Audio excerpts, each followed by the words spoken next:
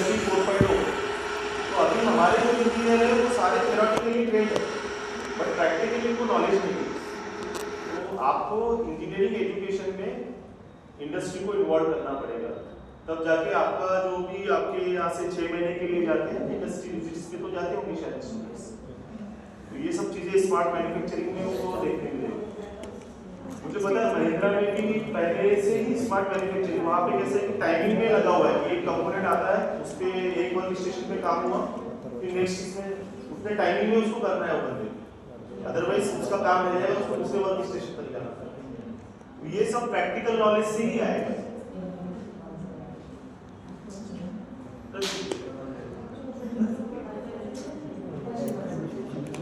तो अभी चैलेंजेस में हमने क्या क्या देखा, अभी कितने पॉइंट्स डिस्कस किए हमने चैलेंजेस में? कॉस्ट, सो भी नहीं रहे तो कॉस्ट, मैन पावर, टेक्नोलॉजी।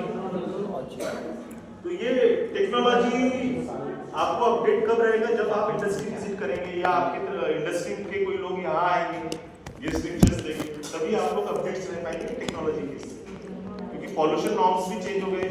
हमको जानना जरूरी है एज अ फैकल्टी, आप लोगों को सारों को जानना बहुत जरूरी है। जो आपने कोर मशीन बताई थी अपडेट करके, उसमें इन्वॉल्वमेंट ऑफ एआई कैसे? जी, जो आपने कोर मशीन बताई थी आरसीसी वाली, उसमें इन्वॉल्वमेंट ऑफ एआई कैसे? इन्वॉल्वमेंट ऑफ एआई, हाँ, तो इसमें हम लोग कैसे रहता है कि इसके लिए हम लोगों ने अलग से पूरा सिस्टम लगाया हुआ है, यानी कितना एमक्यूब माल गया, हमको एमक्यूब माल भी देखना है ना, उसके लिए अलग से एसएलसीएम करके एक मशीन आता है, तो उसके लिए डिजिटलाइजेशन हमने किया है। यानी अभी तो ये एआई आपको लग रहा है कि मशीनरी में नहीं है करके, है ना, आपको यही लग रहा है ना? नहीं, इसमें कैसा रहता है, जो पंपिंग कर रहा था there is a pumping, that is automation तो हो गया वो, क्योंकि लेबर्स का काम खत्म हो गया, वो ऑटोमेटिक वहाँ पे जा रहा है। एआई अभी उसमें इनेबल हमने ऐसे किया हुआ है, उसमें देयर इज ए टेम्परेचर, उसके वॉल्यूम, कितना वॉल्यूम को डिस्पैच कर रहा है, कितना टेम्परेचर है, कितना प्रेशर है, क्योंकि machineries there is a limitation of machineries, certain pressure से ज़्यादा हुआ तो कट ऑफ होना चाहिए, अगर कट ऑफ नहीं होगा तो फिर there will some damages, either machine either concrete.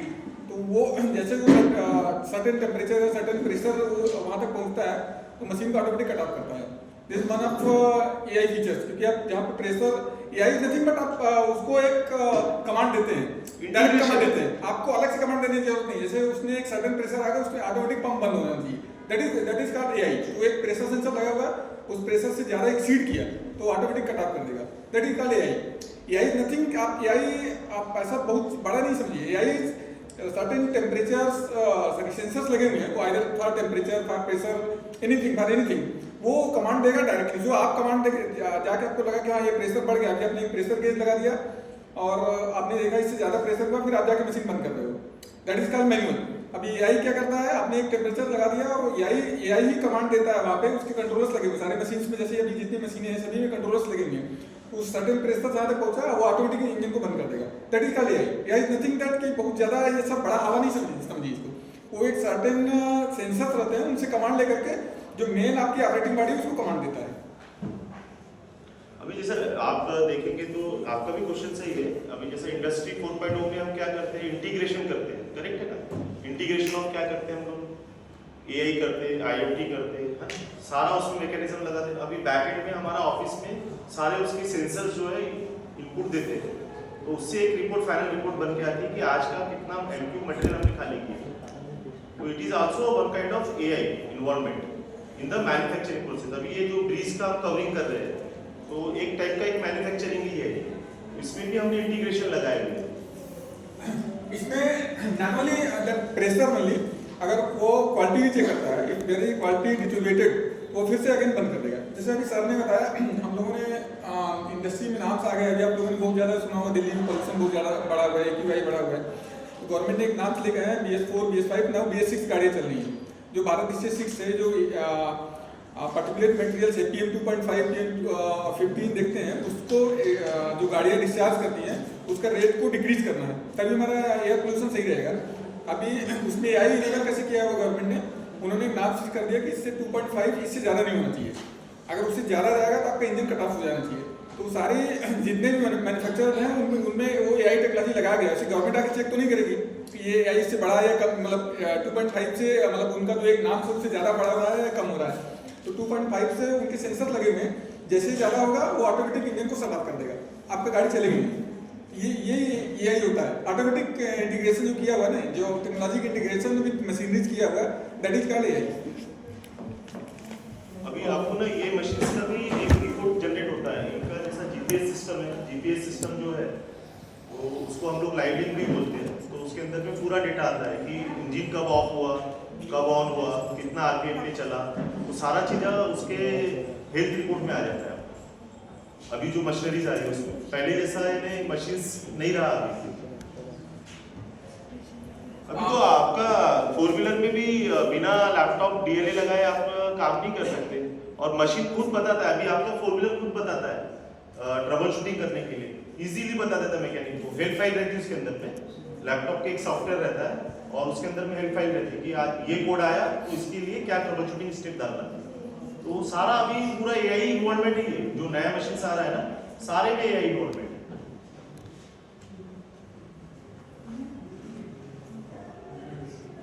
तो टेक्नोलॉजी हमारा एक पॉइंट हमने कवर कर लिया। अब ये सिक्योरिटी का भी एक बहुत इंपॉर्टेंट है।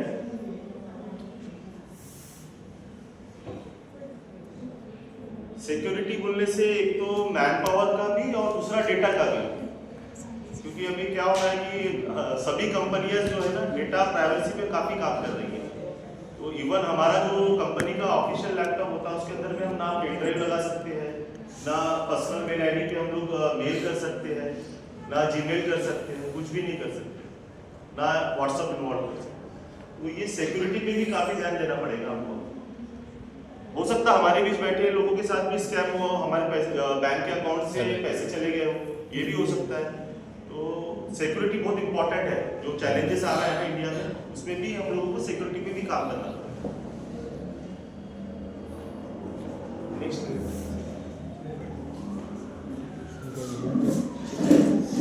अभी जैसा आपने बताया था लैक ऑफ नॉलेज, तो लैक ऑफ नॉलेज में कैसा इन्वॉल्वमेंट एंड कंप्लायंसेस हमको फॉलो कौन से करने हैं, गवर्नमेंट्स के क्या नॉर्म्स हैं, हम लोगों के ऊपर केस तो नहीं हो जाएगा, ये सारे भी चैलेंजेस हैं। अभी जैसा मैं स्टार्ट किया काम तो मेरे को पता लगा कि लेबर रैंक पूरी अनऑर्गेनाइज है, ना उनका इंश्योरेंस है, कुछ भी नहीं है। तो उसको ऑर्गेनाइज वे में हमको लाना पड़ेगा। तो ये सब चैलेंजेस है। तो कंप्लायंसेस बहुत इंपॉर्टेंट है। अगर सपोज करो मेरे किसी लेबर का एक्सीडेंट हो जाता है और जो मैंने अर्निंग की वो तो मुझे पूरा देना पड़ जाएगा, बराबर है ना। जो भी 20 लाख 25 लाख रुपए जितना मैंने अर्निंग नहीं किया उतना मेरे को उसको देना पड़ जाएगा। तो मुझे कंप्लायंसेस को ध्यान में रखना बहुत जरूरी है। तो ये भी इन्वॉल्वमेंट एंड कंप्लायंसेस इंपॉर्टेंट है। और कंपनी के हर एम्प्लॉय को अपना इन्वॉल्वमेंट दिखाना पड़ेगा। जो जॉब प्रोफाइल उसको दी गई है उसमें सारा काम करना पड़ेगा, अदरवाइज कंपनी सक्सेस नहीं हो पाएगी। इसमें बाकी का तो ठीक है। इसमें एक दो पॉइंट्स मैं ऐड करना चाहूँगा। जैसे सर ने सिक्योरिटी बोला था, सिक्योरिटी तो फर्स्ट अभी हम लोग जब पढ़ते थे उसमें कुछ भी सिक्योरिटी बारे में पता नहीं गया, बट आज की डेट में इंडस्ट्री फर्स्ट वेलकम और ह्यूमन और मशीनरी सेफ्टी एंड सिक्योरिटी बात कर लेते हैं। नेक्स्ट पॉइंट पे मैं डिस्कस करूँगा अपना AI के बारे में। तो जितने भी बच्चे इंडस्ट्री से बाहर निकल जाते हैं, जब उनको इंडस्ट्री में काम करना पड़ता है तो वो सेफली बिहेव नहीं करते। फर्स्ट तो खुद को सेफ रहना है। जब मैं पहली बार कॉलेज से निकल के इंडस्ट्री टाटा स्टील में गया था, फर्स्ट मेरा जब टाटा स्टील में था, तो वहाँ पर मेरे ऑफिसर ने पूछा मुझसे पूछा आपकी सिक्योरिटी की जवाबदारी किसकी है। तो मैंने वो सिक्योरिटी ऑफिसर का नाम लिया था जो वहाँ पे सिक्योरिटी ऑफिसर था। तो खूब जोर से बोला आपकी सिक्योरिटी की जिम्मेदारी आपकी खुद की है। तो खुद मुझे पता होना चाहिए मुझे कैसे सेफ बिहेव करना है, कैसे सेफ एक्ट करना है, मुझे सेफ्टी हेलमेट पहनना है, मुझे सेफ्टी शूज पहनना है। तो यहाँ पे सेफ्टी का ट्रेनिंग भी सबसे कंपलसरी है। आज की डेट में सेफ्टी बहुत टाइट हो गया। कहीं पे भी हम लोग जाते हैं, अगर आप इंडस्ट्री टूर कराएंगे, किसी भी सीमेंट प्लांट या स्टील प्लांट में जाएंगे तो आपको without safety helmet, without fluorescent jacket, without safety helmet आपको जाने नहीं देंगे। तो आप कोशिश कीजिए कि बच्चों को यहीं से भी वो मतलब उसके लिए प्रिपेयर रहे, माइंडसेट उनको तैयार है कि ऐसा करना है। फर्स्ट ये हो गया। सेकंड हो गया, आज की डेट में हम जितना ऑटोमेशन करते जाते हैं उतना हमारे ऊपर साइबर अटैक या उस पर उसकी डेटा चोरी का डर बना रहता है। आप कहीं पे भी अगर दूसरी जगह काम करते हैं, किसी पुलिस डिपार्टमेंट में काम करते हैं या फिर एयरपोर्ट पे काम करते हैं, तो आपको वहाँ के डेटा को आपको कैसे सेव करता है। कभी कभी अनजाने में आपसे गलती हो जाती है, ऐसा नहीं होता कि हर बार कोई जानबूझ के ही लीक कर देता है, अनजाने में लीक हो जाती है। तो आपको आज के डेटा के हिसाब से आपको वो सब चीज़ें मैनेज करके चलनी पड़ेगी। आपको क्या क्या बताना है, क्या क्या दिखाना है, क्या क्या नहीं दिखाना है, वो आपको पता होना चाहिए। सेकंड चीज़, जैसे सर ने बताया, कंप्लायंसेस बहुत जरूरी है आज की डेट में। जो गवर्नमेंट कंप्लायंसेस है, आप जिस भी कंट्री या जिस भी स्टेट या जिस भी लोकल बॉडी में काम कर रहे हैं, जैसे नागपुर हम काम कर रहे हैं, तो यहाँ के जितने लोकल कंप्लायंसेस है वो हमको मालूम होने चाहिए। सम बेसिक्स तो पता होने चाहिए। और हम किसी भी और कंट्री में जा रहे हैं तो वहाँ के कंप्लायंसेस हमको पहले से पता होना चाहिए, क्या कंप्लायंस में क्या आता है, क्या नहीं आता है। जैसे अभी कुछ लोगों ने यहाँ BS6 नाम्स को एक्चुअली क्या है, BS6 इज नथिंग, मैंने बताया ना, वो AI किए रहते हैं, AI इनेबल रहता है उसका। अगर जो उसका इतिहास निकलता है वो PM 2.5 उससे ज़्यादा जाता है तो वो इंजन को डिटेक्ट कर देता है। कुछ लोगों को नथिंग देयर वो सिस्टम को कमांड जाता है, कुछ लोगों ने उसको बाईपास करने की कोशिश किया था और उस सिस्टम को बाईपास कर दिया था। मतलब वो उस कमांड नहीं जाता था, ज़्यादा पोल्यूशन होने के बाद भी कमांड नहीं जाता था। वो गवर्नमेंट ने लोगों को लगा ऐसे चलता रहा, कभी चेकिंग नहीं होगा, बट गवर्नमेंट जब चेकिंग हुआ तो उनकी मशीनें जब्त कर ली गई और उनके कुछ खादान मालिक थे, उनका खादान परमानेंट बंद कर दिया गया। तो आपको कंप्लायंसेस पता होनी चाहिए कि कंप्लायंसेस क्या क्या है, हमें इसको कैसे फॉलो करना है। तो जैसा मैंने बताया कि अभी हमने जो चैलेंजेस फेस किया था लेबर गैंग का, तो उसके लिए हम लोग मैन पावर सप्लाई का भी लाइसेंस ले रहे थे। तो उसके अंदर में सारा उनका PF कवर रहेगा, ESI रहेगा, फिर उनका इंश्योरेंस कवर रहेगा। तो ये हमको जैसे जैसे हम लोग आगे बढ़ते जा रहे हैं तो जो जो चैलेंजेस आ रहे हैं हम लोग उस पर काम करते जा रहे हैं। तो ऐसा नहीं है कि आपको एक्सपर्ट की सलाह लेना पड़ेगा, वी हैव टू पे। लेकिन MSME के लिए एक चैलेंज ये आ जाता है कि ये सब में कॉस्ट बहुत इन्वॉल्वमेंट है, वो सही गाइडेंस नहीं मिल पाता अपने को, वो सब हमको देखना रहेगा। इसमें स्मार्ट मैन्युफैक्चरिंग के चैलेंजेस तो मेन जो हमने डिस्कस किया कि cost, man power, technology, security and environment and compliances, ये मेन अभी चैलेंजेस है स्मार्ट मैन्युफैक्चरिंग। तो टेक्नोलॉजी में भी बहुत सारी चीजें हैं, उसके लिए भी अलग से हम लोगों को डिटेल में डिस्कशन करना पड़ेगा। तो अभी आपको जो हमने बताया, कंटेंट बताया, इसमें आपके कुछ डाउट्स है क्या? इसमें कंटेंट इलैबोरेट करना है या और क्या करना है?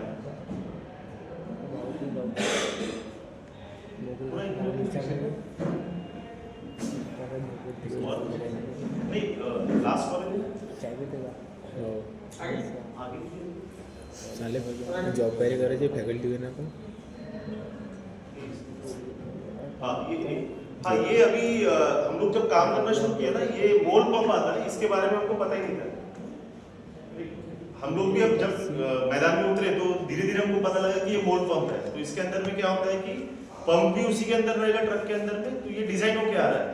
तो लैक ऑफ नॉलेज के कारण भी हमको चीजें पता नहीं होती, जो कि प्रोडक्ट आपका ऑलरेडी मार्केट में है, जो हमको पता नहीं होता, उसका स्टडी बहुत जरूरी है। मेन चैलेंजेस अपना वही है, कॉस्ट है एक है, फिर टेक्नोलॉजी आपको पढ़ना पड़ेगा कि क्या क्या टेक्नोलॉजी अवेलेबल है मार्केट में। बहुत सारी चीजें अवेलेबल है, और आप इंपोर्ट एक्सपोर्ट का भी आपको पता है, लाइसेंस ले सकते हैं, आई कोड लेना पड़ता है, तो कोई चैलेंजिंग नहीं है उसके लिए भी। एक बार ऊपर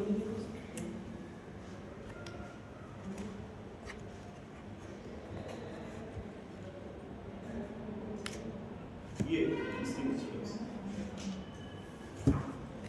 आपके कुछ क्वेश्चन है तो बताइए ना, थोड़ा इंटरैक्टिव सेशन रहा तो अच्छा लगता है। क्वेश्चन से पहले मैं जस्ट एक अपडेट करना चाहता हूँ। अभी एज ए इंडस्ट्री अभी मैं JCB में काम करता हूँ, तो जो मैंने फील किया है, जो अभी हम लोग कॉलेज में कैंपस के लिए जाते हैं, एक तो फर्स्ट सबसे पहले आप सेफ्टी के बारे में इंट्रोड्यूस कराइए अपने, मतलब कॉलेज में बच्चों को कैसे सेफ रहना, कैसे सेफ बिहेव करना है। अगर आपके यहाँ पे कुछ वेल्डिंग कर रहे हैं तो जो वेल्डिंग मास्क है वो लगाते ही नहीं लगाते, वेल्डिंग कर्टन से लगाते ही नहीं लगाते हैं। तो फर्स्ट एंड फॉरमोस्ट आप उनको सेफ्टी के बारे में बताइए, safety for their themselves and for the machineries. Second है, थोड़े ऑटोमेशन पे काम करने पड़ेंगे। वो इंडस्ट्री में जाए, जैसे मैंने बोला CNC कटिंग या CNC वेल्डिंग्स हो रहे हैं, उनको एक ब्रीफ या फर्स्ट हैंड नॉलेज होना चाहिए। ऐसा नहीं हो कि जैसे मैं बताया फर्स्ट टाइम मैं कॉलेज में गया तो कंप्यूटर जब हाथ लगा तो लोगों को समझ में आ गया, देखिए फर्स्ट टाइम कंप्यूटर हाथ लगा रहा है, आज से मैं 25 साल पहले की बात कर रहा हूँ, वो कर्सर से कंट्रोल नहीं हो पा रहे थे। तो एक फर्स्ट हैंड नॉलेज होना चाहिए, एटलीस्ट फर्स्ट हैंड नॉलेज होना चाहिए। तो आप CNC या फिर मतलब थोड़ा कास्ट इफेक्टिव देख सकते हैं। आज की डेट में मार्केट में तो आ गए हैं, हम लोगों की इंडस्ट्री में जो लगे हुए तो काफ़ी कास्टली है, बट ट्रेनिंग पर्पज़ के लिए भी आ गए हैं, आप इस पर भी काम कर सकते हैं। और थर्ड एंड फॉरमोस्ट सबसे इम्पॉर्टेंट है, आप इंडस्ट्री में सबको जितने बच्चे हैं उनको जॉब सीकर्स मत बनाइए। ऐसा नहीं कि जो जितनी स्टार्टअप होते हैं यूनिकॉर्न नहीं बनाना है हमको, वो सिर्फ IIT से स्टार्टअप निकल के यूनिकॉर्न नहीं बनेंगे। हम अपने टायर 2 टायर 3 कॉलेज है वहाँ से भी हमको स्टार्टअप का फंडा उनको देना है, कैसे अपना खुद का बिजनेस स्टार्ट करना है फ्रॉम ए स्मॉल स्केल। ऐसा नहीं कि हम सबको एकदम $1 मिलियन कंपनी बना देंगे 1 साल के या 2 साल के अंदर। ये 3 चीज़ें मेरे तरफ से थी, बाकी आप अभी स्टार्टअप में भी काफी लोन आ रही है, लेकिन क्या होता है कि जैसा MSME में आपने रजिस्टर्ड किया तो उसके अंदर भी इमीडिएट आपको लोन नहीं मिल पाएगा, और फंडिंग भी होगी तो बहुत कम होगी। 5 लाख में आपका कुछ नहीं होने वाला, 5 लाख में एक मशीन भी आप परचेस नहीं कर पाएंगे। तो उसके लिए भी फिर आपको लैंड परचेस करना है, फिर मैन्युफैक्चरिंग की फैसिलिटीज पूरी डालनी है, सारा चीजें एकदम से अवेलेबल नहीं है। तो कुछ आप एंजल इन्वेस्टर ढूंढ के भी कॉस्ट का जो आपका फैक्टर है उसको आप कवर अप कर सकते हैं। तो ये हमारा अभी तक का जो चैलेंजेस है उसके हिसाब से हमने स्मार्ट मैन्युफैक्चरिंग का डेफिनेशन निकाला है, जो कि आपको ChatGPT में भी नहीं मिलेगा।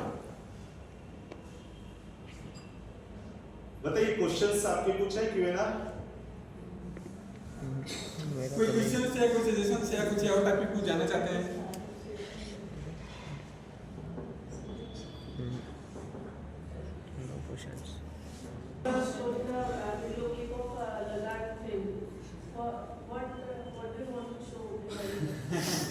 Actually, ma'am. अच्छा Nanda, Actually, ma'am, yeah, I understand. Actually, ma'am, Tahir and Mr. Amol Pujari, they are very veteran in industry. 20 साल से लोग काम कर रहे थे। तो अभी मैंने आप लोग यहाँ पे बता रहे हैं कि आपको स्टार्टअप्स करना चाहिए था।